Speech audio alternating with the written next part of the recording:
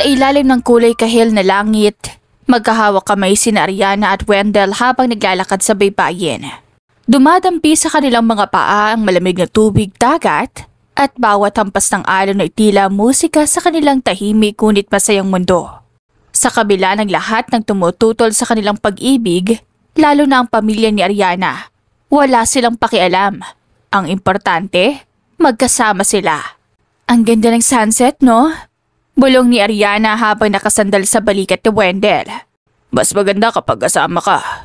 Sagot ni Wendell, sabay haplos sa buhok ni Ariana. Napatawa si Ariana. Nako, nambobola ka na naman.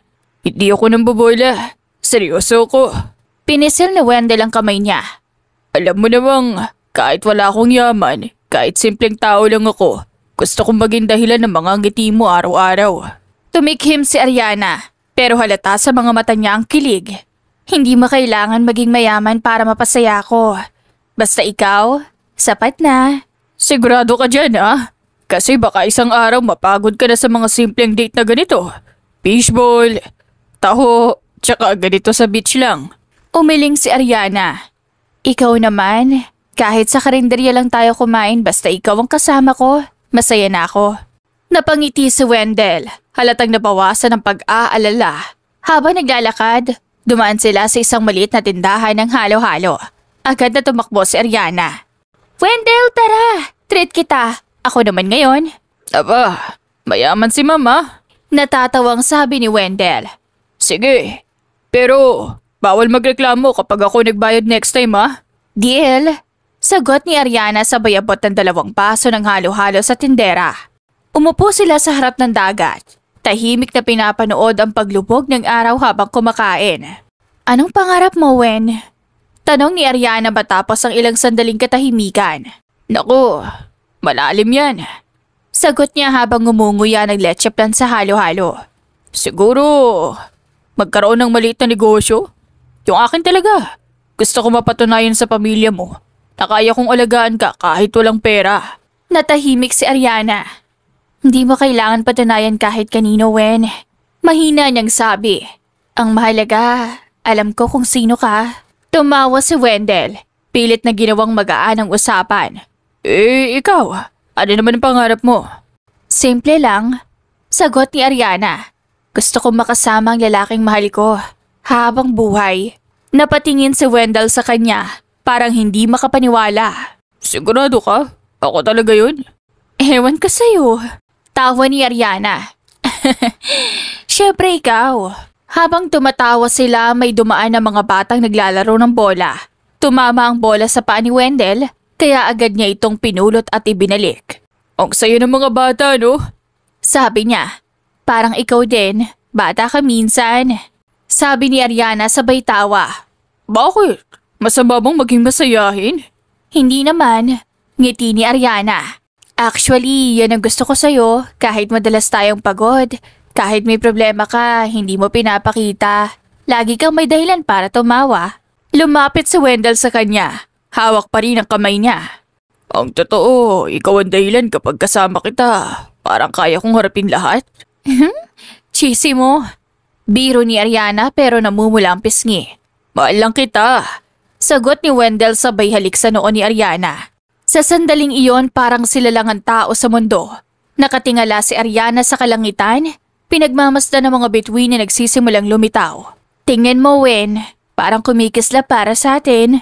Hindi lang para sa atin, para sa lahat na nagmamahalang sinusubukan labanan ng mundo.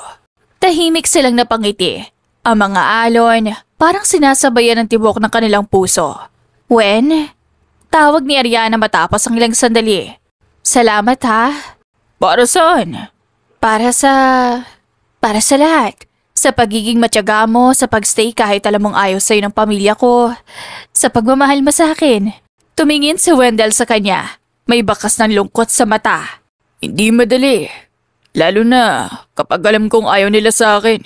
Pero kapag nakikita kitang masaya, sulit lahat.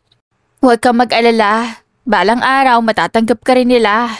Sabi ni Ariana, puno ng pag-asa. Kilala ko si Papa. Oo, mahigpit siya. Pero mabait din.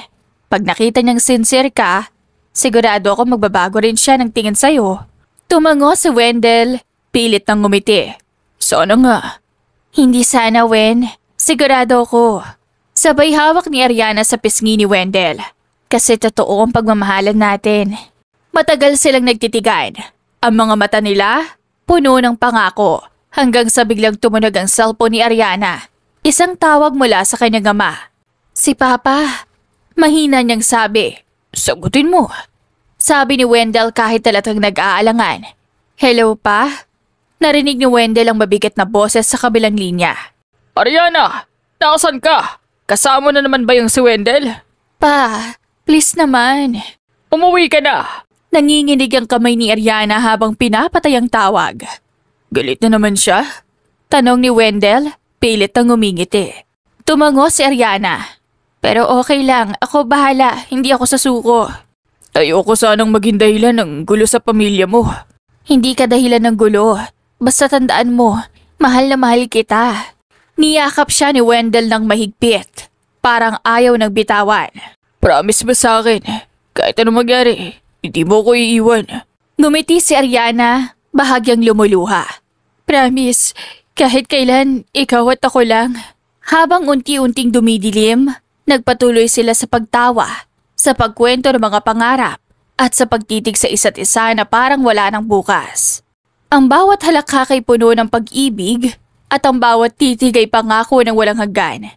Hindi nila alam, ang gabing yon ang huling sandali ng ganitong kasimple at kasayang pagmamahalan. Bago tuluyang masira ng salapi ang pangako ng dalawang pusong dati nagmamahalan ng totoo.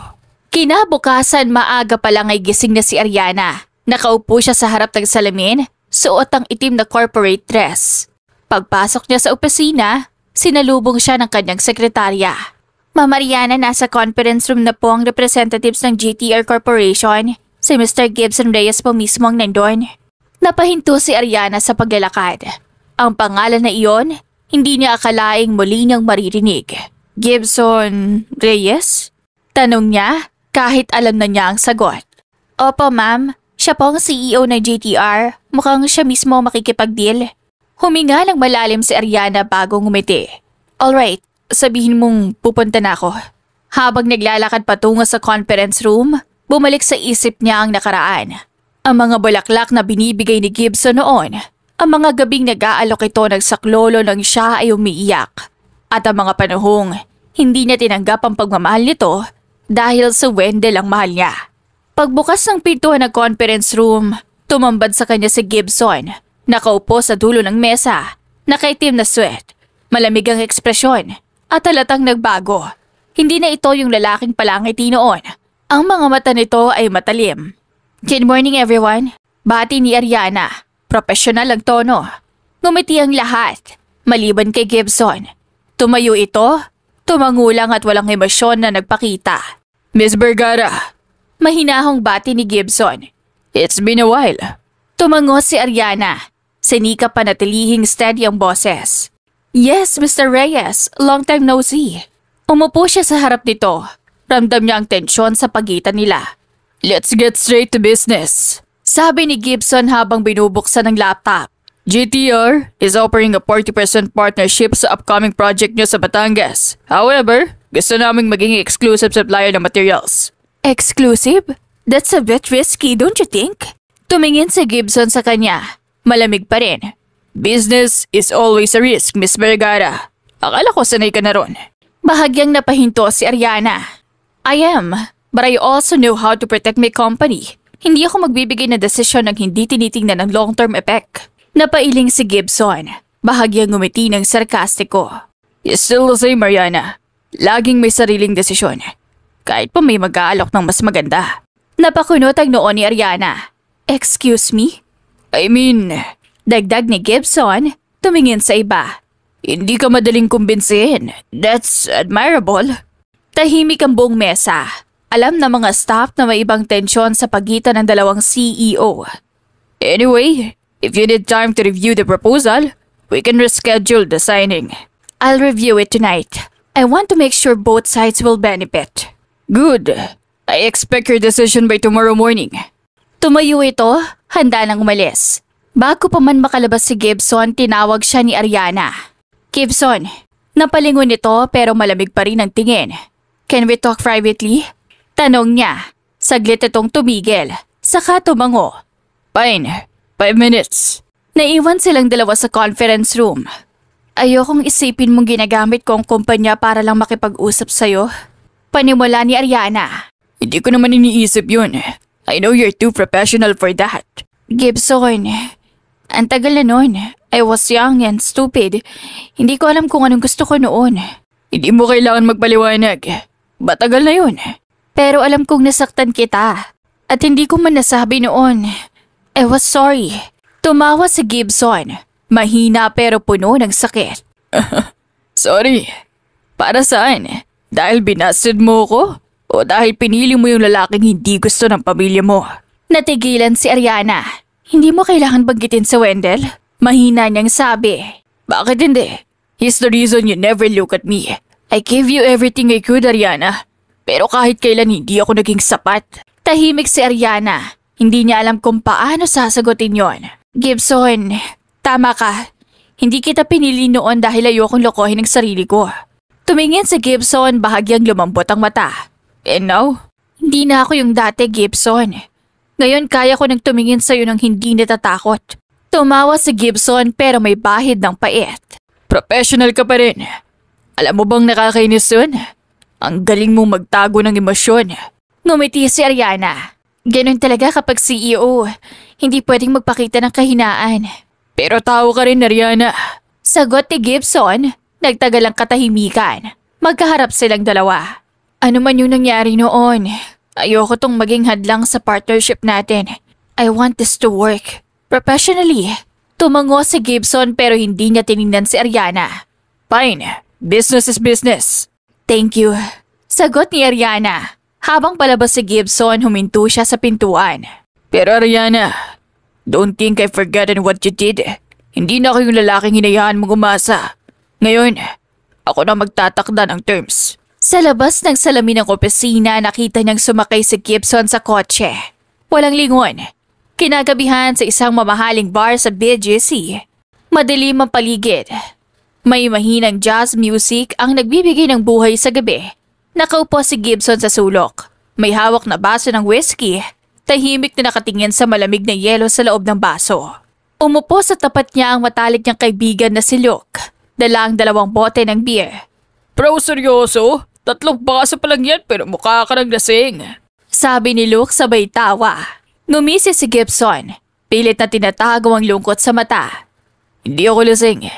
Nagsisimula pa lang ako. Talaga? Pero kung titignan ka parang gusto mong lasingin yung sarili mo. Tahimik lang si Gibson. Nakasandal sa upuan. Nakatingin sa mga tao sa paligid. Mga tumatawa. Nagsasayawan. Nagiinuman. Mga taong mukhang walang problema. Ang tahimik mo ah. Huwag mo sabihing si Ariana naman yan. Agad na lumingon si Gibson. Look, don't start. Uy bro, halata kaya ha.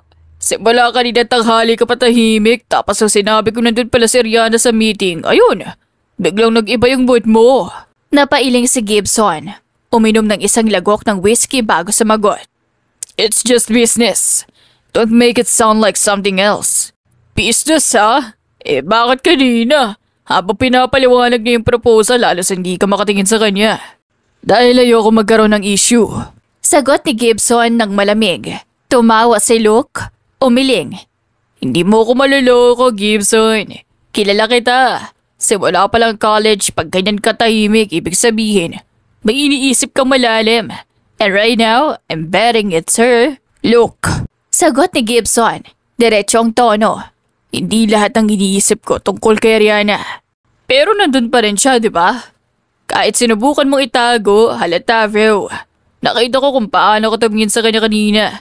That's not the league of a man who moved on. Tahimik si Gibson. Inikot niya ang baso ng whiskey. Pinagmamasdan ng pagkatunaw ng yelo. She changed. I mean, she looks stronger now. Confident. Hindi na siya yung Ariana na umiiyak sa mga sulok noon. And that bothers me. Bakit naman? Tanong ni Luke. Because she moved on. And I thought I did too. Tumigil si Luke. Napangiti ng marahan. So aminado ka? Ano? Na hindi ka pa nakaka-move on. Hindi naman naging kayo. Naligaw ka lang, pero iba lang ang mahal niya. Hindi agad sumagot si Gibson. Sa halip, ininom niya ang natitirang laman ng baso. Hindi ko sinasabing mahal ko pa siya. Pero hindi rin ako nagpapanggap na wala akong nararamdaman kanina. Seeing her again, it remind me of everything I tried to forget.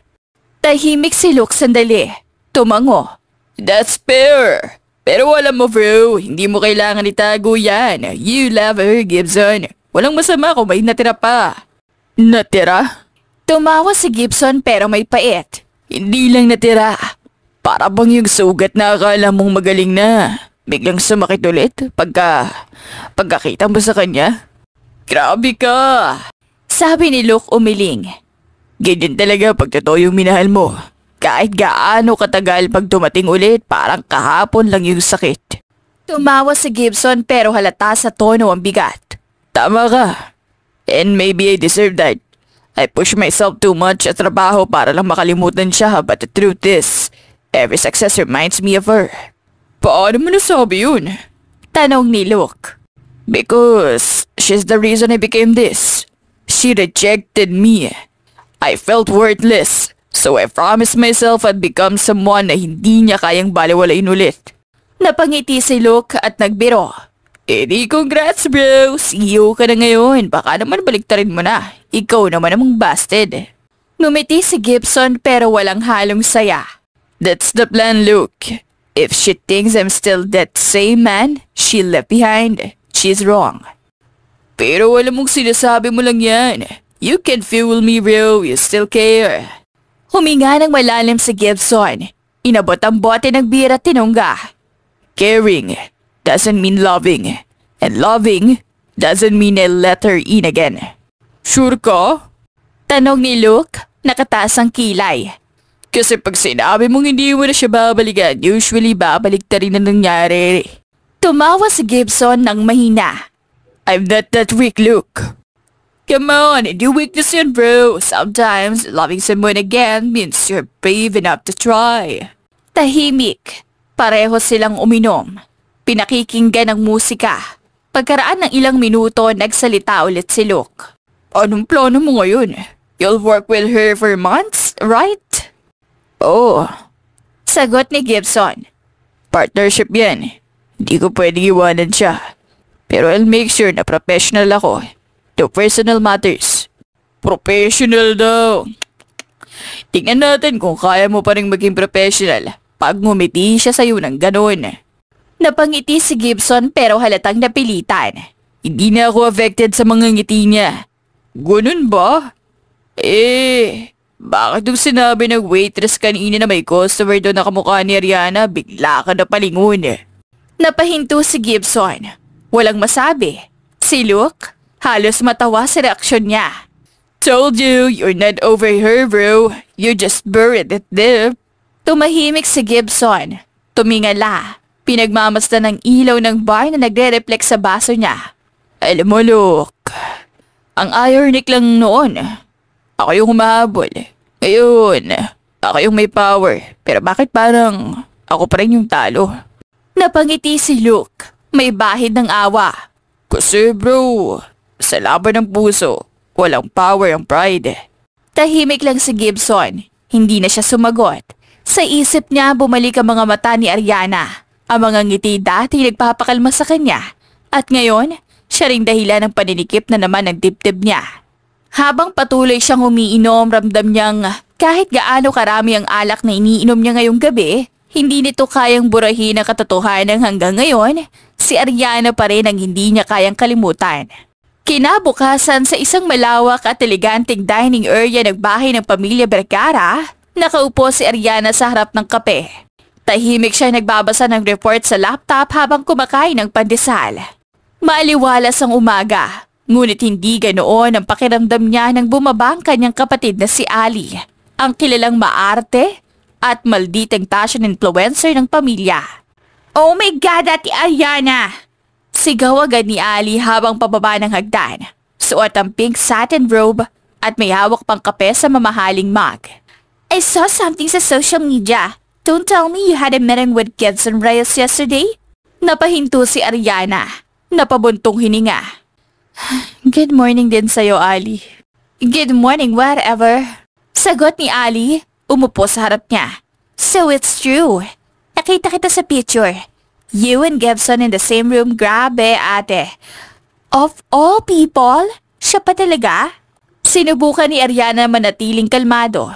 It was a business meeting. He's one of our new partners. Business? Come on, ate. Don't act like I don't know the history. He used to like you, right? As in, so obsessed with you.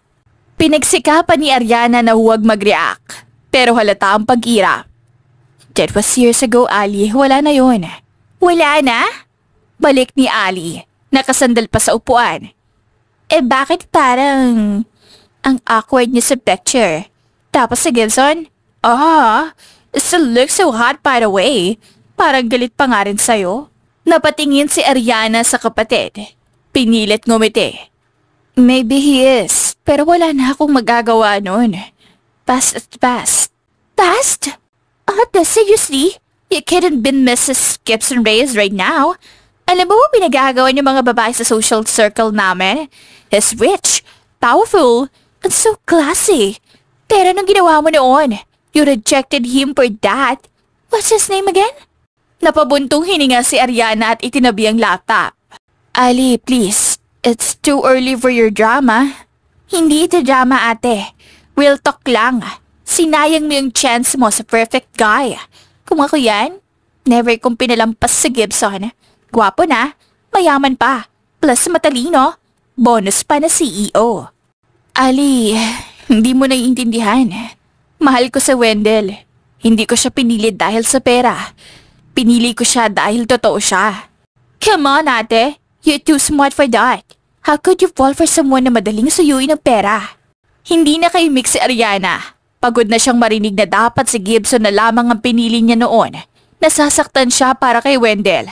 Pero wala naman siyang magawa, kundi pa ulit-ulit itong ipagtanggol na lamang. Isang linggo makalipas, masaya pa rin ang relasyon ni Ariana at Wendell. Wala naman nagbago sa kanila. Kaya maagang nagising si Ariana para ipagluto si Wendell. Kahit pa medyo antok pa siya at magulo ang buhok. Suot niya lang ay oversized na t-shirt at pajama. Habang si Wendell naman ay nakaupo sa counter. Nakasandal at nakangiti habang pinagmamasdan siya. Ang aga mong nagising nga. Sabi ni Wendell, may ngiting parang pilyo. Sinong tinabihan mo kagabi at sobrang himbing ng tulog mo? Umikot ang mata ni Ariana. Ikaw lang naman ah. Sino pa bang iba? Sagot niya sabay halakak. Baka ikaw pa nga yung nanghilik eh. Excuse me, hindi ako naghihilik. Kunot toong depensa ni Wendell pero baka sa mukha niya ang amusement. Baka ikaw yung humihilik na parang dragon kagabi. Grabe ka, dragon agad. Hindi ako dragon, fairy ako. Beautiful fairy. Fairy na, marunong magluto ng adobo. Kahit amoy bawang, mahal pa rin kita. Ew, Wendell. Bumalik ka na nga doon. Baka mas plasyan ka ng mantika. Mas gusto ko dito. May fairy ako nilulutuan ako ng adobo. Bulong ni Wendell habang hinahaplos ang buhok niya. Lambing-lambing mo ngayon ah. Ano kailangan mo? Tanong ni Ariana na may giting pilya. Wala naman. Gusto ko lang makasama ang asawa ko. Girlfriend mo pa lang ako. Hindi mo pa ako asawa. Soon. Magiging asawa kita. Sandaling natahimik si Ariana. Hindi niya alam kung bakit kinilig siya ng sobra at sa simpleng salitang soon. Parang lahat ng pagod, lahat ng pangungutya ng pamilya niya, biglang naglaho. Wendell, don't make promises you can keep. Hindi ito promise lang, Ariana. It's a plan. Tumawa si Wendell. Hinaplos ang pisngi niya tapos kinuha ang sandok at inagaw sa kanya. Ako na. Baka ma-burn mo tong adobo natin. Hoy! Protestang sabi ni Ariana pero natawa rin. Luto ko to. Di tulungan kita. Habang naghahalo si Wendell ng adobo, tumingin siya kay Ariana na parang gusto niyang tandaan ang bawat detalye ng mukha nito. Ang ngiti, ang kilay na bahagyan nakataas, pati ang paraan ng pagtaas nito ng balikat kapag nahihiya. Alam mo, Ariana, ang saya ko. Kahit simple lang tayo, kahit hindi ako gusto ng pamilya mo, okay lang. Kasi nandito ka. Napatingin si Ariana sa kanya at unti-unting ngumiti. Ako rin. Basta ikaw, okay ako. Tumingin siya sa kawali. Kunwari ay abala. Pero sa loob-loob niya tumitibok ng mas mabilis ang puso niya. Pagkatapos nilang maluto ang adobo, sabay silang kumain sa maliit nilang dining table. Masarap daw ah. Puri ni Wendell sabay subo. Masarap kasi may halong pagmamahal. Napailing si Ariana pero kita sa mga mata niya ang saya. Matapos kumain, tumayo si Wendell para hugasan ang plato. Ako na dito. Magpahinga ka muna. Hindi, ako na. Ariana, ako na nga. Gusto ko namang magpaka-gentleman paminsan-minsan. Habang naguhugas si Wendell, nagmamasid lang si Ariana mula sa mesa. Sa simpleng eksenang iyon, naramdaman niyang sobrang gaan ng buhay. Pero kasabay ng ngiti niya, may kirit din sa puso. Kasi alam niyang kahit kaano kasaya sila, hindi lahat ng tao tanggap ang kaligayahan niya. Lalo na ang ama niyang matagal ng tutol kay Wendell. Ariana, okay ka lang? Kanina ka pa tahimik. Ngumiti siya kahit medyo pilit. Okay lang ako. Iniisip ko lang kung gaano ako kaswerte. Lumapit si Wendell. Hindi ikaw lang ang maswerte. Ako rin. At bago pa siya makapagsalita, hinalikan siya nito sa noo. Promise me. Kahit anong mangyari, huwag mong pagsisisihan na pinili mo ko. Hindi ko kailanman pagsisisihan yun, Wendell. Ngumiti ito. Hinaplos sa mukha niya at bumulong. Then that's enough for me. Maagang nagising si Wendell kinabukasan. Tahimik lang siya habang nakatingin sa kisame, ramdamang bigat sa dibdib. Hindi niya maalis sa isip ang tawag na natanggap niya kagabi mula mismo kay Don Alex, ang ama ni Ariana. Ipinatawag siya nito sa opisina. Habang nag-aalmusal si Ariana, abala sa pag-aayos ng mga gamit. Napansin niyang wala sa mood si Wendell. Hey, anong iniisip mo? Kanina ka pa tulala. Wala. May kailangan lang akong puntahan mamaya. Business talk lang. Business talk? Saan? Diyan lang. Sandali lang yun, promise. Babalik din agad ako. Ngumiti si Ariana pero ramdamang kaba. Okay, ingat ka ha. Tumango si Wendell. Sabay halik sa noo nito. Lagi. Pagdating ng tanghali, huminto ang kotse ni Wendell sa harap ng isang malaking gusali. Bughawang salamin, may guard na nakatayo sa gate. Huminga siya ng malalim bago pumasok. Pagdating sa pinakamataas na palapag, sinalubong siya ng malamig na hangin mula sa aircon at ang sekretaryang nakangiti ng formal. Mr. Wendell Kirus, Sir Alex is waiting for you inside. Tumango siya at pumasok. Pagbukas ng pinto, bumungad sa kanya si Don Alex. Matikas pa rin kahit may edad. Nakaupo sa malaking mesa. Nakasuot ng mamahaling suit at hawak ang baso ng brandy. Sa tabi nito ay ang mamahaling orasan at mga dokumentong nakasalansan. Good afternoon, sir. Bati ni Wendell, magalang at bahagyang kinakabahan. Hindi agad nagsalita si Don Alex. Pinagmasdan lang niya si Wendell mula ulo hanggang paa. Saka ngumisi ng malamig. Sir, ako po si Wendell Cruz. Alam kong hindi ko gusto. Putol agad ni Don Alex. Malamig ang tono. At hindi ko kailanman magugustuhan. Napalinok si Wendell. Sir, mahal ko po si Ariana. Kahit hindi niyo po ko gusto, hindi ko po siya pababayaan. Love. Tumaas ang kilay ni Don Alex. Alam mo ba kung ilang lalaki na nagsabi niyan sa anak ko noon? Lahat pare-pareho lang. Pero ikaw, mas matindi. Wala kang pera. Wala kang pangalan. Wala kang may pagmamalaki. Anong ipapakain mo sa anak ko? Pag-asa? Napatungo si Wendell. Pinipigilan ang sarili. Hindi ko po kailangan ng yaman para alagaan siya. Pagtatrabaho po ako, sir. Kaya ko po siyang buhayin ng marangal. Tumawa si Don Alex. Mahina pero punong-puno ng pagungutya. Marangal! Anak ko yan! Hindi basurera. Hindi siya nabubuhay sa marangal na salita. Sanay yan sa barangyang buhay. Hindi mo siya kayang pantayan, Wendell. Tahimik lang si Wendell. Ngunit sa loob niya, kumukulo ang dugo niya. Lumapit si Don Alex sa mesa. Kinuha ang isang sobre at inilapag sa harap ni Wendell. Ito, 2 million pesos. Cash. Pwede mong simula ng negosyo mo o bumili ng bahay kung gusto mo. Tiningnan ni Wendell ang sobre. Tapos si Don Alex. Ano po to? Kapalit. Kapalit ng ano po? Kapalit ng paglayo mo kay Ariana. Nanlaki ang mata ni Wendell. Sir, hindi ko po gagawin yun. Isipin mo muna bago ka tumanggi. Nilapitan siya ni Don Alex. Tuwid ang tindig at malamig ang titig. Kung talagang mahal mo ang anak ko, palayain mo siya. Hindi mo siya madadala sa ganitong buhay. Sa huli, ikaw rin ang sisisihin niya. Hindi po totoo yun. Masaya po kami. Hindi po siya ganun, hindi siya material. Anak ko siya. Alam ko kung ano ang mundo niya. Hindi mo yan mapapalitan ng pagpapahal lang. Tumalikod si Don Alex at sumimsim ng brandy. Huwag kang hangal, Wendell. I'm giving you a chance. Accept it and disappear. Kung hindi, sisiguraduhin ko mawawalan ka ng trabaho, ng pangalan, ng kinabukasan. Napatigil si Wendell. Tahimik na sandali, naririnig lang ang tiktak ng orasan. Sir, hindi po ako ma-address. Pero kung sa tingin nyo, ito makakabuti kay Ariana. Then take it. Malamig na sagot ni Don Alex. Para sa kanya, hindi para sa'yo. Dahan-dahan niyang tinignan ng sobre. Hindi niya gustong tanggapin pero habang iniisip niya kung gaano kahirap ang buhay nila, kung gaano siya gustong mapatunayan sa ama ni Ariana, naisip niya ang lahat. Ano, Wendell?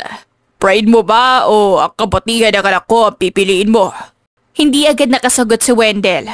Parang nilulunod siya ng sariling konsensya. Pagkatapos ng ilang segundo, dahan-dahan niyang kinuha ang sobre. Ngumiti si Don Alex. Malamig at mapanlait. Good boy! Alam kong hindi mo kaya tumanggi. Sir, patawarin niyo po ako kung ito ang tamang desisyon. Hindi mo kailangan humingi ng tawad. Ginagawa mo lang ang tama. Sa wakas, may silbi ka rin. Parang sinaksak si Wendell lang paulit-ulit sa mga salitang yon. Gusto niyang sigawan si Don Alex. Gusto niyang sabihin hindi siya mabibili. Pero nakapako lang siya sa kinatatayuan niya. Pinipigilan ng luhang gustong pumatak. Umalis ka na bago pa ako magbago nag-iisip. Malamig na sabi ni Don Alex, sabay lingon sa binata. At siguraduhin mong iiwanan mo na si Ariana sa'yo. Dahan-dahang lumabas si Wendell ng opisina. Dalang sobre, sa elevator nanginginig ang kamay niya. At habang bumababa siya, tanging isang tanong lang ang paulit-ulit sa isip niya. Ginawa ko ba ito dahil mahal ko siya o dahil duwag ako? Samantala, mataas ang sikat ng araw nang dumating si Ariana sa opisina. Nang bumukas ang pinto ng conference room, bumungad si Gibson. Nakatayo sa harap ng mesa. May hawak na folder. Seryoso ang muka. Miss Ariana! Malamig na bati ni Gibson. Hindi man lang tumingin sa kanya. Late ka ng 5 minuto. Napasinghap si Ariana. 5 minutes lang, Gibson. Hindi pa naman nagsisimula ang meeting. It's not about the minutes. It's about discipline. Sagot nito. Malamig pa rin ang tono. Kung CEO ka ng kumpanyang to, mas dapat alam mo yun. Kumunot ang noo ni Ariana. Pero pinigilan niyang makipagtalo agad. Umupo siya sa harap ng mesa at tinignan ang mga papel na nasa harap niya. Pero hindi niya maiwasang maramdaman ang malamig na titig ni Gibson. Pagkatapos ng maikling presentasyon, nagsimula na silang magdiskusyon. Tungkol sa bagong project proposal, pero halata ang tindi ng tensyon sa pagitan nila. Bawat salita ni Gibson ay may tusok. Bawat sagot ni Ariana ay may pagpipigil. Your plan lacks stability. Sabi ni Gibson habang tumitingin sa document. You're making emotional decision again, Ariana. Emotional? This is a creative bitch, Gibson. Creativity is emotional. That's what makes us different. Different doesn't always mean better. You think passion is enough to sustain a business? Hindi to art exhibit, Ariana. Napatayo si Ariana. Hindi na mapigilan ang inis. You know what your problem is? You think everything can be solved with logic and numbers. But this company isn't built by numbers. It's built by people. By heart. Heart? Ginamit mo rin niya noon. Naalala mo? Heart over logic. At saan ka dinala ng puso mo noon, Ariana? Parang tinamaan si Ariana sa dibdib. Alam niyang tinutukoy ni Gibson si Wendell. Don't go there. Malamig niyang sabi. Why not? You keep making the same mistake. Lumapit si Gibson. Bahagyang nakatingin sa kanya ng diretsyo. You keep trusting people who will only hurt you. Napahigpit ang hawak ni Ariana sa mesa. Stop it. Bakit? Kasi totoo? Tumitig si Ariana sa kanya. Puno ng sakit at galit. You don't get to talk to me like that. You're my business partner, not my therapist. Business partner lang pala ako May bahagyang ngiti sa Gibson, pero halatang mapait. At least ngayon malinaw. Gibson, please. We're professionals. Don't take this personal. Ngumisi si Gibson, pero halatang kirot sa mga mata. Gibson, hindi pa ba malinaw sa'yo na hindi kita mahal? Bigla niyang sigaw, sabay takip ng bibig ng ma-realize ang nasabi. Tahimik. Wala silang marinig kundi ang mahinang ugong ng aircon. Tumingin si Gibson sa kanya. Puno ng sakit ang mga mata. Alam ko naman yun, pero sana hindi mo kailangan ipamukha pa. Gibson. Napalapit si Ariana, pero umatras ito. No, Ariana. I get it. You don't love me. You love him. You still love him. Hindi siya nakasagot. Gibson, I'm sorry. But you have to move on. Napatawa si Gibson. Mapait. Move on. Ang dali mo namang sabihin, no? Kasi ikaw, lagi kang pinipili. Ako yung laging pangalawa. Hindi ko sinasadya. Hindi mo sinadya, pero ginawa mo pa rin. Tumalikot si Gibson. Tinakpan ang mukha sandali. Tapos huminga ng malalim. Alam mo, minsan iniisip ko baka kung hindi mo ko binasted noon, hindi ganito kasakit ngayon.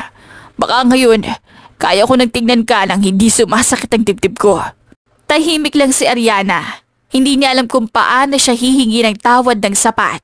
Gibson, hindi ko ginustong masaktan ka. Hindi ko ginustong maging ganito tayo.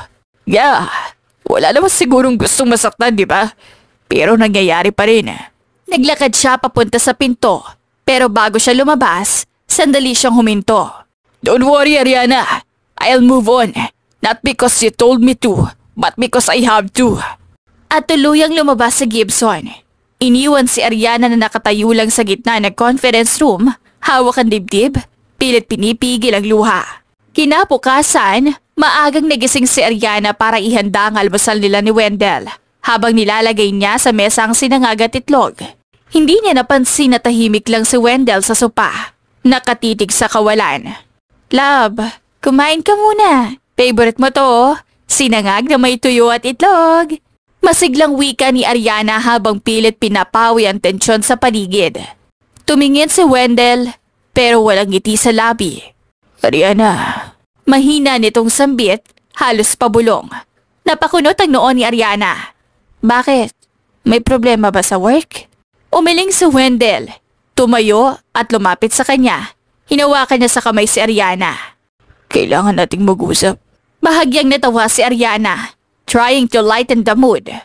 Ang aga-aga, seryoso agad. Sige na nga, after breakfast na lang please, para di masayang niluto ko. Ngunit hindi ngumiti si Wendell. Bumitaw siya sa kamay ni Ariana at huminga ng malalim. Hindi, ngayon na Ariana.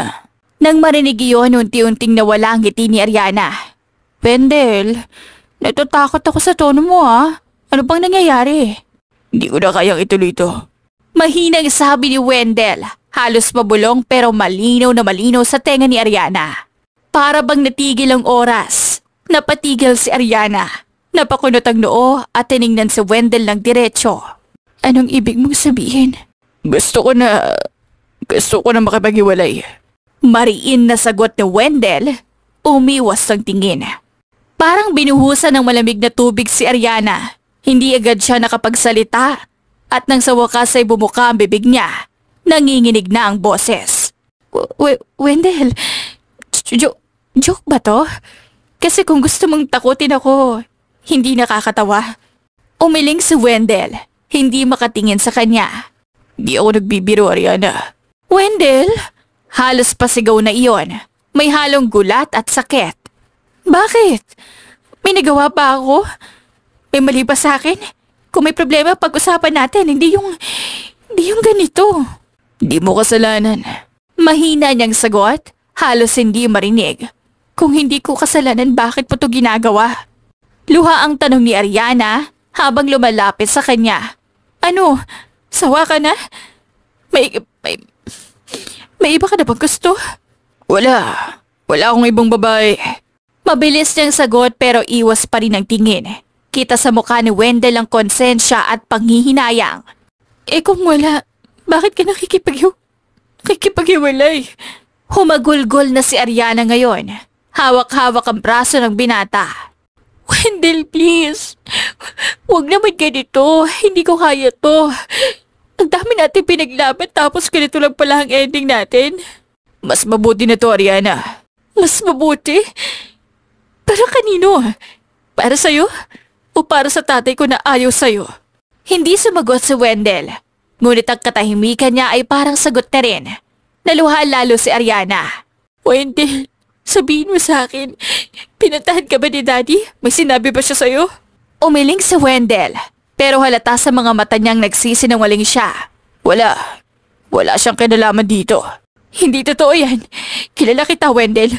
Hindi ka basta susuko na ganito kung wala kang dahilan. Ano bang sinabi niya? Na hindi tayo bagay? Na wala kang pera? Na wala kang mapapala sa akin? Hindi mo naiintindihan. Anong hindi ko maintindihan? Humagulgol siya, halos mawala ng boses. Sabihin mo sa akin. Anong hindi ko maintindihan na bigla mo kong iiwan kahit mahal mo pa ako? Kasi mahal mo pa ako, di ba? Sabihin mo mahal mo pa ako, Wendell. Tumulo ang luha ni Wendell. Sa dami ng gusto niyang sabihin, ang tanging lumabas ay, Pasensya na, Ariana. ayoko ng pasensya. Gusto ko ng sagot. Mas mabuti to.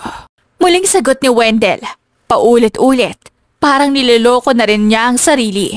Ano bang mas mabuti sa pag-iiwan mo sa akin? Sabihin mo, Wendell. Halos pasigaw na siya. Nanginginig sa galit at sakit. Ngunit wala nang sagot si Wendell. Lumingon siya, tumalikod, at nagsimulang maglakad papalayo. Wendell! Sigaw ni Ariana. Humahabol pero hindi na siya lumingon. Wendell! Please! Huwag mo naman akong iwan, Wendell! Ngunit tuloy-tuloy lang siya hanggang sa tuluyan itong nawala sa pintuan. Dala ang konsensya at pusong durog sa desisyong pinili. Napaupo si Ariana sa sahig. Yakap ang sarili habang sunod-sunod ang pag-agos ng luha. Hagtag ako. Pinaglaban kita sa lahat pero hindi mo ako pinili. Habang sa labas, si Wendell ay nakatigil sandali sa gilid ng daan. Pinipigil ang luha. Sa isip niya, paulit-ulit ang mga salita ni Don Alex. Kung talagang mahal mo si Ariana, pitawan mo siya. Bigyan mo siya ng buhay na karapat-dapat sa kanya. Isang buhay na hindi mo kayang ibigay. Magdamag nang umiiyak si Ariana. Hindi niya alam kung ilang beses niyang sinubukang itigil pero bumabalik pa rin ang sakit. Yung sakit na parang walang katapusan. Magulo ang buhok niya, namamaga ang mga mata at punong-puno ng basang panyo ang paligid ng kama. Ang tanga ko. Pinigay ko lahat pero iniwan pa rin ako. Hawak-hawak niya ang cellphone, tinititigan ang picture nila ni Wendell. Sa bawat tingin niya, parang tinutusok ang puso niya. Gusto niyang itapon ng cellphone, pero mas gusto niyang marinig ulit ang boses niya. Nang hindi niya namalayan, napindot niya ang kontak ni Gibson. Shit! Bakit siya? Sa dinami-dami ng tao siya pa? Napahikbi siya ulit. Hindi niya alam kung matatawa ba siya sa sarili o maiinis. Pero ilang minuto lang ang lumipas, may narinig siyang bosina sa labas. Nagtaas siya ng tingin. Nagtaka. Nang bumukas ang gate, bumungad ang kotse ni Gibson. Dali-dali itong bumaba. Seryoso ang muka. Halatang nagmamadali. Ariana! Tawag nito habang naglalakad papasok. Halatang nag-aalala. Napatayo si Ariana. Nagulat. Pinahid ang luha. Gibson, ano ginagawa mo dito? Tinawagan mo ko. Hindi, mali lang yun. I didn't mean to. Pero hindi niya na natapos ang sasabihin dahil mabilis siyang nilapitan ni Gibson. Wala itong sinabi. Basta't bigla siyang niyakap. Mahigpit, yung yakap na parang sinasabing, sige lang, umiyak ka. At doon tuluyang bumigay si Ariana. Niyakap niya rin ito pabalik. Humagulgol sa dibdib ni Gibson habang nanginginig ang mga kamay niya. Gibson, bakit niya ako iniwan? Halos hindi na maintindihan sa pagitan ng higpi. Wala naman ako ginawang masama. Mahal ko naman siya ng totoo. Tahimik lang si Gibson. Mariin ang pagkakahawak niya sa likod ni Ariana. Halatang pinipigilan ang sarili na magsalita. Ramdam niya ang bawat panghinginig nito. Bawat luha na tumatagos sa polo niya. Hindi ko alam kung anong mali sa akin. Sinabi ko sa sarili ko na siya na talaga. Pinaglapat ko siya kahit ayaw ni Daddy. Kahit lahat ng tao sinasabing mali ako. Pinili ko pa rin siya. Pero bakit ganito? Bakit parang ako pa rin na natalo sa dulo? Shh! Tama na muna, Ari. Hindi mo deserve tong sakit. Pero masakit eh. Ang sakit-sakit, Gibson. Akala ko pag totoo, pagmamahal walang iwanan. Pero bakit siya umalis sa walang dahilan? Napalanok si Gibson. Umigting ang panga at tumalim ang tingin. Anong sinabi niya bago umalis? Wala. Sinabi lang niya kailangan daw. Tapos iniwan ako. Hindi ba lang sinabi kung bakit? Parang wala lang lahat ng pinagsamahan namin. Halata ang panginginig ng panga ni Gibson. Pinipigilan niyang huwag magalit. Coward. Mahina pero mariin niyang sabi. Ha? Wendell, he's a coward. Sinaktan ka niya ng ganyan? Iniwan ka niya ng walang paliwanag tapos ikaw nandito iniiyakan pa siya? Naluha lalo si Ariana. Gibson, huwag mo na ako pagalitan. Hindi kita pinapagalitan. Pinigilan nito ang boses pero nanatiling matigas. Galit ako. Kasi masasaktan kang ganyan para sa lalaking hindi marunong lumaban para sa'yo. Tahimik si Ariana. Tinitigan niya si Gibson. At doon lang niya napansin kung gaano ito nagbago. Hindi na ito yung lalaking kilala niyang may naho noon. Mas matigas na ang aura nito ngayon, mas lalong lalim ang tingin. Gibson, bakit ka ba nandito talaga? Hindi ko alam. Simpleng sagot niya. Umiwas ng tingin saglit bago muling bumalik sa kanya. Narinig ko lang yung boses mo sa tawag. Iyakan, humihingal. Di ko kayang baliwalayin yun. So I drove here. Napayuko si Ariana. Umiling. Hindi mo naman dapat ginawa to. Hindi kita dapat ginulo. Hindi mo ko ginulo. Pero sana, huwag na rin sanang sabihin okay ka kahit hindi. Huminga ng malalim si Ariana. Pinilit ngumiti pero pilit. I just want to forget, Gibson. Ayoko nang maramdaman to. Then cry all you want. Marahan niyang sabi. Tinutulak pabalik sa dibdib niya ang ulo ni Ariana. Pero pagtapos ka nang umiyak, promise me you'll stand up again. Hindi ko alam kung kaya ko. Makakaya mo. Kilala kita, Ariana. Hindi ka sumusuko. Naalala mo pa nga dati sabi mo sa akin, Gibson. Kahit ilang beses mo ko matalo, tatayo ako ulit. Ngayon ko pa babibitaw? Ang dali mong sabihin kasi hindi ikaw yung iniwan. Mapait na sagot ni Ariana. Humihikbi pa rin. Tumingin si Gibson. Diretso sa kanya. Malamig pero puno ng damdamin. Hindi ko kailangan maranasan yun para malaman na nasasaktan ka. Kasi matagal ko nang alam kung gaano mo siya kamahal. Tahimik si Gibson pero umiigting ang panga niya habang pinipigilan ng galit. Gibson, salamat ah. Para saan? Sa pagpunta mo, kahit mali yung tawag ko, nandito ka pa rin. Hindi mo kailangan magpasalamat. Marahan niyang sabi habang hinahaplos pa rin ang buhok niya. Kung iiyak ka ulit, siguraduhin mong nandito ako para yakapin ka. Lumipas ang ilang buwan, unti-unting gumaan ang mga araw ni Ariana. Hindi na siya yung babaeng halos araw umiiyak sa kama. Hindi na rin yung halos mawala ng gana sa lahat. Marami siyang pinagdaanan pero sa bawat hakbang na pagbabangon niya, nandoon si Gibson.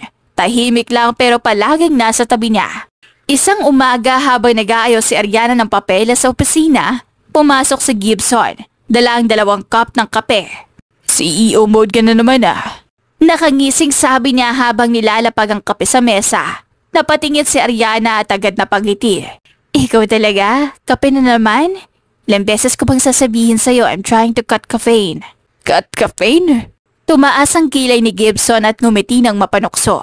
Ari, tuwing stress ka, 2 cup pa nga ang hinihingi mo. Natawa si Ariana. Napailing. Okay, fine. Maybe one cough won't hurt. Good girl. Biro ni Gibson, saka siya umupo sa harap niya. Habang nagkakape silang dalawa, napatingin si Ariana sa labas ng bintana ng opisina. Alam mo Gibson, kung hindi dahil sa'yo, baka hindi ko alam kung nasan ako ngayon. Kaya salamat ha. Tumingin si Gibson, seryosong bigla ang mukha. Di mo kailangan magpasalamat. Ginawa ko lang kung anong dapat kong gawin. Natulungan kang bumangon. Pero malaking bagay yon. Nung mga unang linggo, di ko nga alam kung paano ako kakayanin. Parang lahat ng liwanag sa buhay ko bigla na lang nawala. Tahimik sandali si Gibson bago sumagot. Minsan kasi, kailangan mo muna nating madapa para matutong tumayo ng mag-isa. Napatingin si Ariana sa kanya at bahagyang natawa. Wow, philosopher ka na ngayon? Ngumisi si Gibson. Di naman, kasi gusto kong tawagin yung sarili kong concerned friend. Concerned friend. Ngumisi rin si Ariana. Parang minsan, more than that na eh. Napatigil si Gibson. Bahagyang nagtaas ng kilay. More than that?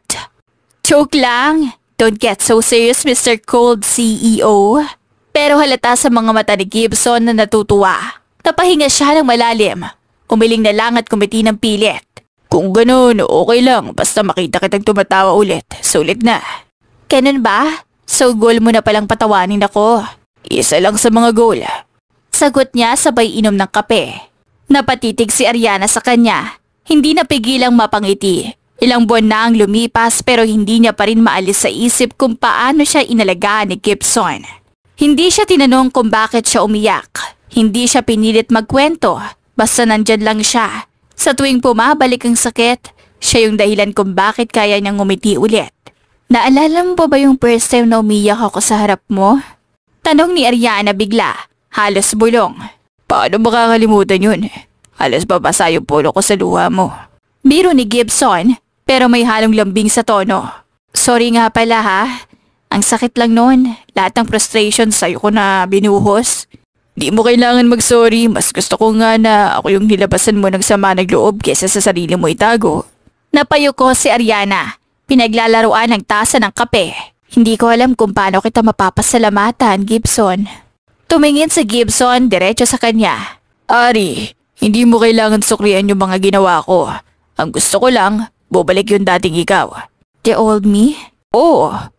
Yung babaeng palaban, yung Ariana na kahit buong mundo kakalabanin, hindi natatakot. Naalala mo nung sinabi mo dati na gusto mong patunayan sa tatay mo na kaya mong tumayo sa sarili mong mga paa. Nandito ka na ngayon. Napangiti si Ariana. Pero minsan naiisip ko pa rin siya, Gibson. Tahimik saglit si Gibson bago sumagot. Taruman lang yan. Di mo naman kailangan kalimutan siya agad.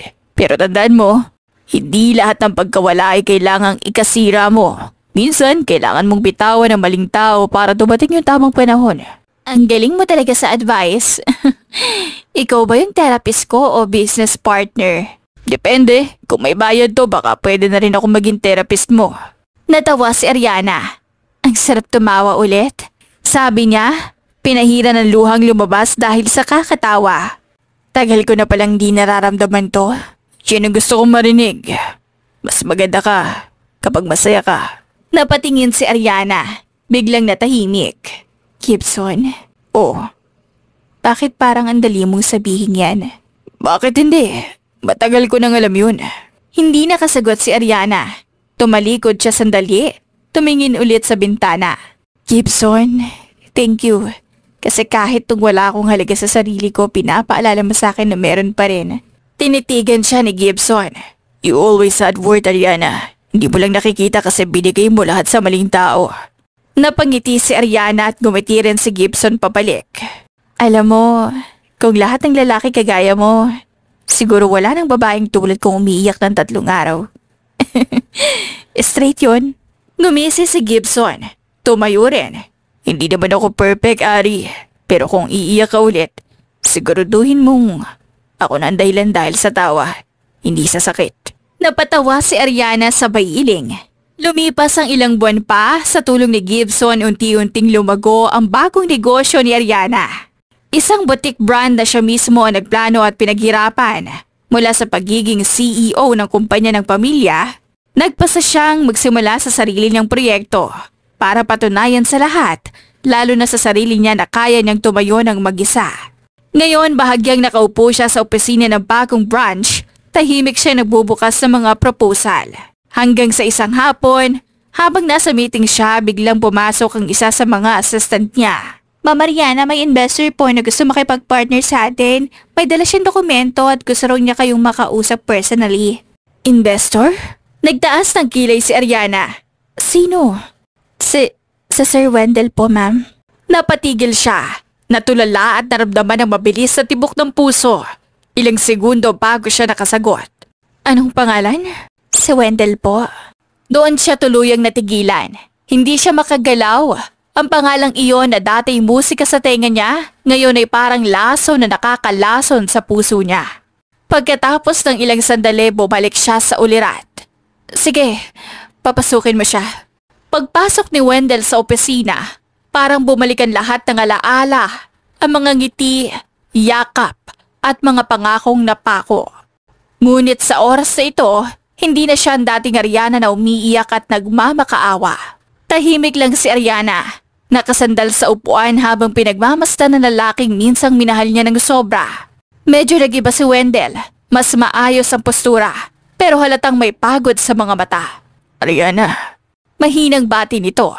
Long time no see. Malamig na tugon ni Ariana, walang emosyon sa boses. Anong kailangan mo? Di ko alam kung saan ako magsisimula, pero gusto ko magpaliwanag. Magpaliwanag? Pagkatapos ng ilang buwan? Pagkatapos mong iwan ako na parang basura? Ariana, hindi mo alam ang lahat. Hindi ko alam. Putol niya, tumayo mula sa upuan. Alam ko ang lahat, Wendell. Lahat ng sakit. Lahat ng gabi na umiiyak ako. Lahat ng tanong kung bakit mo ko iniwan. Lahat ng yun, ako nakakaramdam. So sige nga, ano pang hindi ko alam? Ginawa ko yun para sa'yo. Mahina niyang sabi, halos pabulong. Tumawa si Ariana pero mapait. Para sa'kin. Iniwan mo ko para sa'kin. Seriously, Wendell? Anong klaseng logic yan? Si Don Alex. Umpisa ni Wendell. Umiwas ng tingin. Nilapitan niya ako. Kinausap. Sinabihan ako na kung talagang mahal kita, bibigyan kita ng pagkakataong mabuhay ng maayos. Na walang problema. Sinabi niya, kung talagang gusto kong maging mabuting lalaki para sa'yo, aalis ako sa buhay mo. Binayaran niya ako para layon ka. Tumigil ang mundo ni Ariana. Nanlaki ang mga mata niya at ilang sandali bago siya nakapagsalita. So totoo nga, pinagpalit mo ko sa pera. Ariana, hindi ganun. Malakas ang unang sampal na binigay ni Ariana. Tumunog sa loob ng opisina, pero walang ni isang gumalaw. Si Ariana, nanginginig, nanlilisik ang mata. Si Wendell, natigilan lang, nakayuko. Hindi ganun. Wendell, anong akala mo sa akin? Napapalakpakan kita kasi tinanggap mo yung pera ng tatay ko? Na dapat pasalamatan pa kita kasi sinasakripisyo mo raw ako? Ariana, please. Sinampal muli ni Ariana sa Wendell. Mas malakas, mas puno ng galit. Walang please, Wendell. Alam mo ba kung gaano ako napaliw kakaisip kung saan ako nagkulang? Alam mo ba kung ilang gabi akong hindi natulog kakatanong kung mahal mo pa ba ako? Hindi ko ginusto yun. Mahal kita. Hanggang ngayon mahal pa rin kita. Napatawa si Ariana, pero puro luha ang tumutulo sa pisngi niya. Mahal mo ko. Sa ganitong parahan. Sa pera. Hindi mo ko minahal. Wendell, minahal mo lang hanggang ginhawaan na kaya mong makuha dahil sa tatay ko. Hindi yun totoo. Giit ni Wendell, humakbang palapit. Ariana, kung hindi ko tinanggap yung pera, sisirain ng ama mo ang buhay ko. Wala akong laban. Wala akong magagawa, wala akong kapangyarihan. Meron kang pagpipilian. Pwede mong piliin ako. Pero hindi mo ginawa. Alam mo kung bakit? Kasi mas pinili mong maging duwag. Mas pinili mong bitawan ako kasi natakot ka. Tahimik si Wendell. Hindi makasagot. Hindi makatingin. Lumapit pa si Ariana. Nanginginig. Umiiyak pero matatag ang tinig. Hindi mo man lang ako pinagkatiwalaan, Wendell. Hindi ko kailangan ng lalaking mayaman. Ang kailangan ko, yung lalaking mananatili kahit walang pera. Pero ikaw? Pinenta mo ko. Talagang hindi ko alam. Pero kahit magkano pa yan, Wendell, wala akong pakialam. Tumulo rin ang luha ni Wendell. I'm sorry. Mahina niyang sabi. I thought I was doing the right thing. Right thing? Ulit ni Ariana. Tumawa ng mapait. Kung yan ang tama para sa'yo, sana hindi mo na ako pinaniniwalaan sa pangako mong hindi kita iiwan kahit anong mangyari. Kasi sa huli, iniwan mo pa rin ako. Matagal silang tahimik. Ang tanging maririnig ay ang marahas na paghinga ni Ariana at ang panginginig ng boses ni Wendell. Tama na to. Sabi ni Ariana, marahang naglakad palayo. Di ko na kailangang marinig yung sorry mo kasi yung sakit, ako lang ang nakakaramdam. At yung pera na pinili mo, yan na lang ang kasama mo habang buhay. Ariana. Tawag ni Wendell pero hindi na siya lumingon. Huwag mo nang banggitin ang pangalan ko. Mahina pero matalim na sabi ni Ariana. Hindi mo na karapat-dapat banggitin yan. At lumabas na si Ariana. Naiwan si Wendell na nakayuko habang umiiyak. Tahimik si Ariana sa buong biyahe pa uwi. Nakatingin lang siya sa labas ng kotse. Pinapanood ang mga ilaw ng lungsod na parang kumukutitap sa bawat patak ng luha niya. Hindi niya akalain na ganito pala kasakit marinig mula mismo sa taong minahal niya na pinagpalit siya sa pera. At ang mas masakit pa, ang ama niya mismo ang dahilan. Pagdating niya sa bahay, madilim na. Tanging ilaw lang sa sala ang bukas at naroon ang kanyang ama, si Don Alex. Nakaupo sa sopa, may hawak na tasa ng kape. Nang makita siya ng ama, agad itong tumingin sa kanya, bahagyang nagulat. Ariana! Tawag nito, malamig pero may halong pag-aalala. Bakit ka nandito ng ganitong oras? Hindi agad sumagot si Ariana. Dahan-dahan siyang lumapit. Mahigpit ang hawak sa bag. Ramdam niya ang panginginig ng mga kamay niya. Pero pinilit niyang maging mahinahon. Pa, mahinang tawag niya, halos pabulong. Totoo ba? Napakunot ang noo ng ama. Totoo, alin? Totoo bang binayaran mo si Wendell para layuan ako? Diretsong tanong niya. Tahimik si Don Alex. Ilang segundo bago ito sumagot. Inilapag nito ang tasa ng kape sa mesa. Saka huminga ng malalim. Sino nagsabi niyan sa'yo? So totoo nga. Pa, bakit mo ginawa yun? Ariana! Tumingin sa kanya ang ama. Mahinahon din. Ginawa ko lang kung ano ang tama para sa'yo. Tama? Pa, sinira mo yung relasyon ko. Sinaktan mo ko. Di mo man lang ako tinanong kung mahal mo pa siya. O kung kaya ko bang harapin ang hirap kasama siya. Basta mo nalang pinilit kung ano sa tingin mong tama. Tumayo si Don Alex. Dahan-dahang lumapit sa anak. Anak, alam kong galit ka. Pero nakikita mo lang ang isang side. Hindi mo alam kung gaano ako natatakot doon. Nakikita ko kung gaano ka nagiging mahina dahil sa kanya. Kung paano mo inuuna siya kaysa sa sarili mo. Pero pa ganun talaga kapag nagmamahal. Halos sumabog ang emosyon ni Ariana. Di mo kailangan kontrolin ang buhay ko. Di mo kailangan bilhin ang kalayaan ng taong mahal ko. Lumapit pa ang ama. Pinatong ang kamay sa balikat ni Ariana pero agad siyang umiwas. Anak, gusto ko lang na hindi ka masaktan. Alam ko malambot ang puso mo. Ayoko makita ka umiiyak sa harap ng isang lalaking walang kayang ibigay sa'yo. Di mo kailangan protektahan ako sa paraang sinasaktan mo rin ako pa. Mahina pero mariing sabi ni Ariana. Di mo kailangan bilhin ang kalayaan ko. Alam kong kaya kong bumangon kahit walang pera. Alam kong kaya kong maging masaya basta't kasama ko yung totoong tao sa akin. Pero ngayon, di ko na alam kung kanino ko magtitiwala. Tahimik ulit ang ama. Kita sa mukha nito ang bigat ng mga salitang naririnig. Akala ko noon, anak, na kaya kong ayusin ang lahat ng gamit at pera. Akala ko, kung may lalayo kita sa sakit, magiging masaya ka pero siguro, nagkamali ako. Unti-unting natunaw ang galit sa dibdib ni Ariana. Napalitan ng pagod at lungkot. Nakita niya sa mga mata ng ama ang pagsisisi. At doon niya napagtanto na kahit mali ang ginawa nito, ginawa lang talaga nito ang sa tingin nitong makakabuti. Pa, hindi ko kailangan ng perpektong buhay. Ang gusto ko lang, maramdaman mo na kaya kong tumayo sa sarili kong paraan.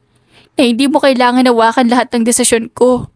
Gusto ko masaktan, matuto, bumagsak, kasi doon ako lalaki.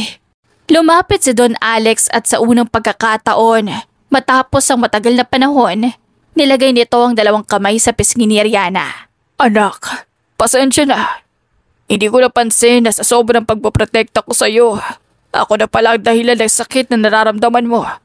Pero doon napatunayan ko lang na hindi siya nararapat para sa'yo. Hindi na nakapagsalita si Ariana. Dahan-dahan siyang napaiyak at bago pa siya tuluyang bumigay, niyakap siya ng ama. Pa, ang sakit. Sobra. Parang lahat ng pinagdaanan ko wala lang pala. Akala ko kaya ko na. Pero pag nalaman mong ikaw rin pala ang dahilan, mas masakit pa. Tahimik lang si Don Alex habang hinahaplos ang buhok ng anak. Alam ko, anak. At kahit ilang beses kitang sabihan ng sorry, hindi yun sapat. Pero gusto ko malaman mo. Ginagawa ko lang ang lahat para sa'yo. Kahit mali ang paraan. Mahal mo pa rin ako kahit nagalit ako sa'yo. Ngumiti ang ama. Pinahid ang luha sa pisngi ng anak. Ariana, ikaw lang ang rason kung bakit ako lumalaban araw-araw. Kahit kaano kita pagalitan, kahit anong sabihin mo, hindi magbabago yun. Anak kita, at kung kailangan ko humingi ng tawad araw-araw para mapatawad mo ko, gagawin ko. Doon tuluyang bumigay si Ariana. Niyakap niya ng mahigpit ang ama at sa yakap na yon, parang nabawasan ang bigat ng puso niya. Pa, salamat.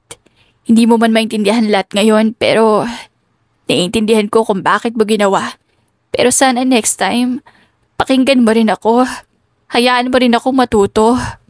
Oo anak, simula ngayon hindi na ako maghihimasok. Alam kong kaya mo. Nakita ko kung gaano ka lumakas sa mga nakaraang buwan. Di na kita kailangang protektahan. Kasi kaya mo nang protektahan ang sarili mo. Sigurado ka pa? Baka mamaya, bigla mo na namang bilhin yung susunod kong boyfriend. Ngumiti rin si Don Alex. Bahagyang natawa. Hindi na anak. Promise. Pero kung sasaktan ka ulit, ako na mismo lalapit. Hindi para bayaran siya, kundi para ako manampal. Pareho silang natawa. 5 taon ang lumipas at halos hindi makapaniwala si Ariana sa bilis ng panahon. Minsan, habang nakatingin siya sa salamin at inaayos ang kanyang wedding dress, napapangiti na lang siya. Ang babaeng minsang wasak, luhaan, ngayon ay nakangiti, payapa at higit sa lahat masaya. Ma'am, ready na po? Sabi ng assistant habang kumakatok sa pintuan. Tumango si Ariana at huminga ng malalim. Sa labas ng malaking glass window ng bridal room, tanaw niya ang magandang tanawin ng garden na puno ng bulaklak. Putit ginto ang dekorasyon at sa gitna, ang lalaking matagal na nang nasa tabi, si Gibson. 5 years. Mahina niyang bulong, sabay tawa. Who wouldn't be thought na ikaw pala talaga, Gibson? Sa labas, nasa altar na si Gibson. Gwapong-gwapo sa suot niyang tuxedo. Ang dati niyang pagiging suplado ay napalitan ng pagiging responsableng asawa at ama. Nakatayo siya roon hawak ang maliit na batang babae na nakasuot ng mini white gown. Ang anak nila ni Ariana. Si Uriel na mahilig sa pink, may kulot na buhok at may kakaibang ugali na nakuha yata sa ama. Papa, where's Mama? Reklamo ni Uriel habang inaabot ang bulaklak na dala ng flower girl. Patience, sweetheart. Sagot ni Gibson habang nakangiti. Mama's on her way. Don't tell me gusto mong ikaw ang ikasal. I can be the bride. Really? You just want attention again, huh? Of course, I'm your princess. Napailing na lang si Gibson pero halatang aliw na aliw sa anak. You're definitely your mother's daughter. Papa, you love Mama more than me, right? No, baby. I love you both. But right now, Mama's the queen. And queens go first. Bago pa makasagot si Uriel, tumugtog ang wedding march. Lahat ng bisita ay napatingin sa direksyon ng aisle. Sa dahan-dahang pagbukas ng pinto, lumitaw si Ariana. Nakangiti. Napatingin si Gibson at literal na napangiti ng malalim. Damn. Mahina niyang bulong sa sarili. You still take my breath away. Nang makarating si Ariana sa harap, inabot niya ang kamay ni Gibson, sabay kindat. Late na ako? Just on time. You know, I'd wait for you forever. Smooth ka pa rin kahit may anak na. See, Mama? Papa's always flirting with you. What about me? Nagkatawanan ng lahat, pati na ang pare. Sweetheart, you'll always be Papa's first princess, okay? Mama's just a queen. Fine, but after this I'm sitting beside Papa and not you. Deal, as long as you don't steal the spotlight, young lady. Matapos ang mahabang misa, naganap ang pinakamasayang bahagi, ang reception. Malawak ang venue, may live band, at sa gitna ng dance floor, magkasayaw si Ariana at Gibson habang pinapanood ng anak nila na halatang nagsaselos. Papa, my turn! Baby, Mama's first. No, you promise I'll dance too. Ay nako, Gibson, sumuko ka na. You can win against her. Fine. Come here, my little queen. Habang sumasayaw silang tatlo, may halong halakhak, halik at kwentuhan. Ramdam ni Ariana ang kaligayahang hindi niya inakala na makakamtan pa niya. Ngumiti si Gibson, saka hinawakan ng kamay ng asawa. Look at us now. You're my wife and we have this little troublemaker. Sabay halik sa pisngi ni Ariel. Papa, I'm not trouble. I'm cute. Tumawa si Ariana at hinaplos ang buhok ng anak. Yes, you're cute and you know it too much. Of course, I got it from Mama. Tama yan. She really did. Habang tumatawa silang tatlo, lumapit si Don Alex. Bitbit ang baso ng alak. Matanda na ito pero kita pa rin ang dignidad sa tindig. Ariana, I'm proud of you. Ngumiti si Ariana at niyakap ang ama. Pa, salamat ha. Kung hindi dahil sa mga pagkakamali natin noon, baka hindi ko nakilala kung sino talaga ang para sa akin. Siguro nga. Sabi ng ama na nakatingin kay Gibson. Bago pa sila makapag-usap, sumingit si Ariel. Nakataas ang kamay. Yan pa! Can I have a cake now? Tumawa si Don Alex at inabot ang kamay ng bata. Of course, my little princess. Halika, sabayan mo ko. Habang naglalakad ang ama at anak niya papunta sa dessert table, napatingin si Ariana kay Gibson. Pareho silang napangiti. You know, minsan naiisip ko, kung hindi ako iniwan ni Wendell, hindi ako mapupunta sa'yo. Don't talk about that jerk. He lost you. I found you. I think that's how destiny works. Maybe you're right. Tahimik silang tumingin sa isa't isa, hanggang sa may narinig silang sigaw ng bata. Papa! Mama! Look! Sigaw ni Ariel habang kumakain ng cake. Puro icing na ang mukha. I'm the sweetest here. She really is your daughter. Why? You don't like sweets? Tanong ni Ariana. I do, especially when it's you. Napangiwi si Ariana pero hindi maitago ang ngiti. Gibson, stop flirting. May anak na tayo. Then let's make another one. Papa! No! I don't want a baby. I'm enough. Nagkatinginan si Ariana at Gibson sabay halakak. Okay, sweetheart. Sabi ni Ariana habang yumuko at hinaplos ang anak. You'll always be enough. You'll always be our number one. Ngumiti si Ariel at yumakap sa kanila pareho. Promise? Promise. Sabay nilang sagot. Sa dulo ng lahat ng sakit, luha at pagdurusa. Natutunan ni Ariana na ang tunay na pagmamahal ay hindi nasusukat sa kayamanan, kundi sa katapatan at pagpupursigi ng dalawang pusong handang lumaban.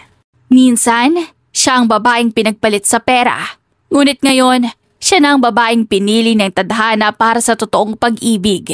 Sa piling ni Gibson at ng anak nilang si Ariel, natagpuan ni Ariana hindi lang ang saya, kundi ang kapayapaan na pusong minsang wasak. Minsan, kailangan mong masaktan para mahanap kung sino talaga ang para sa'yo. At si Gibson ang naging sagot sa lahat ng tanong niya. Wakas!